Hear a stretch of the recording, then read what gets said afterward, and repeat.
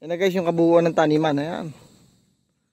Lawak naman talaga oh. Tabi-tabi po pero usog po. Ang alaga ni tatang 10 piraso. Ano to? Welcome back po uli. So gagala namin kayo sa gubat. Last month na tinatabasan namin ng grass cutter. So ayan. Ang gaganda na po ng okra. Okra, yan, lawak nyan. Yan. Shoutout sa napakasipag kong tatay. Yan, tsaka ito.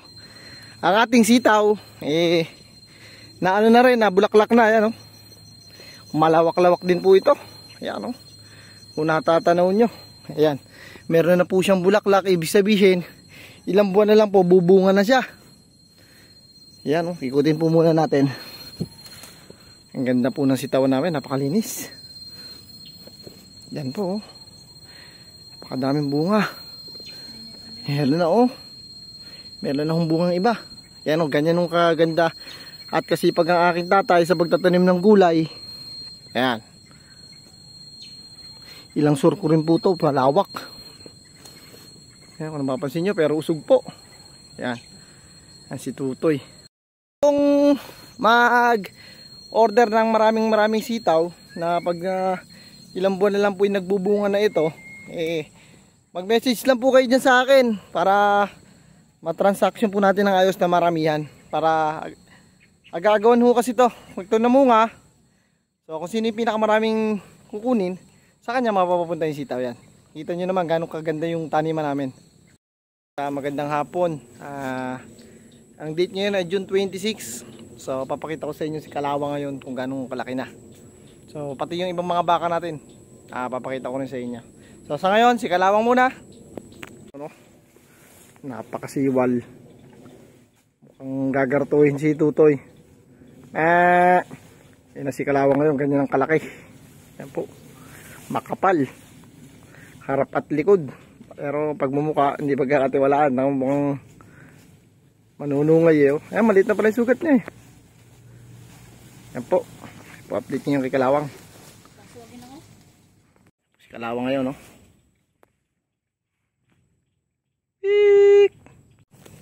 Ayan guys, papakita ko ngayon si Tala.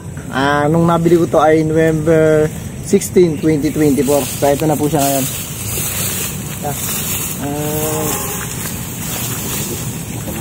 Ilap kasi. Halos ko kanina isa. Halos guys, nung nabili ko to ay abot ka boy.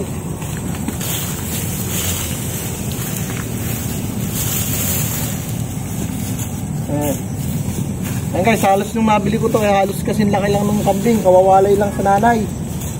So ito ngayon, oh. Ganda na, malaki na.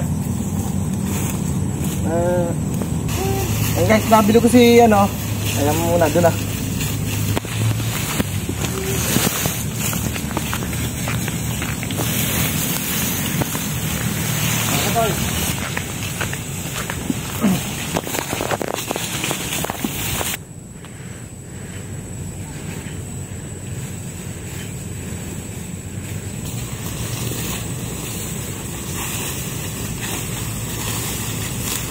Ito lang to eh.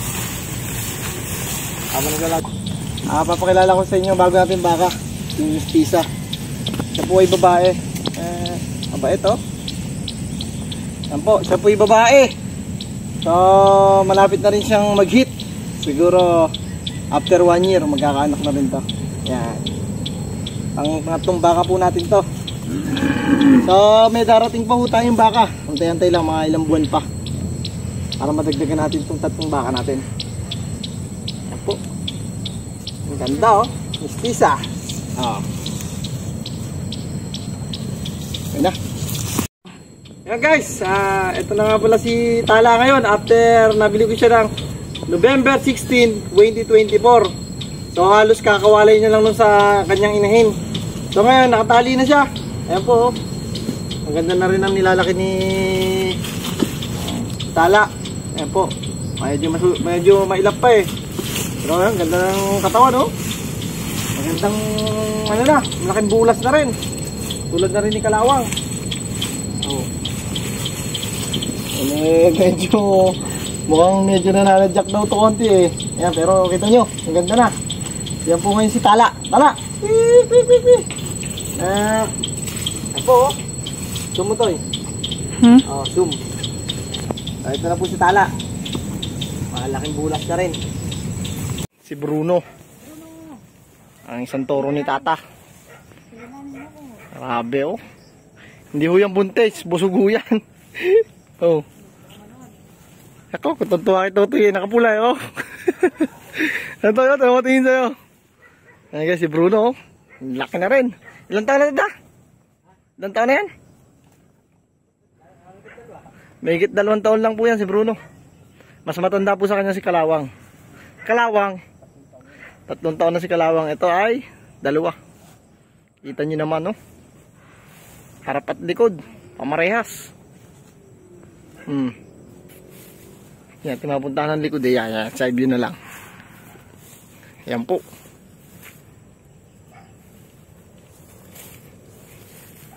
Ilang taon pa, marami na sila. Ang alaga ni Tatang, 10 piraso. Ano to? 10 piraso ang alaga namin ng baka ba. Malayo yung iba eh. Sa ating mga magsasaka dito sa Pilipinas, sana'y palang araw eh magtamasa tayo at managana sa ating mga tanim tulad ng aming ito. So hanggang dito na lang po sa mga susunod ng video bago ko ipapakita po yung mga bunga na nila. Toy, babay ka na tayo sa kanila.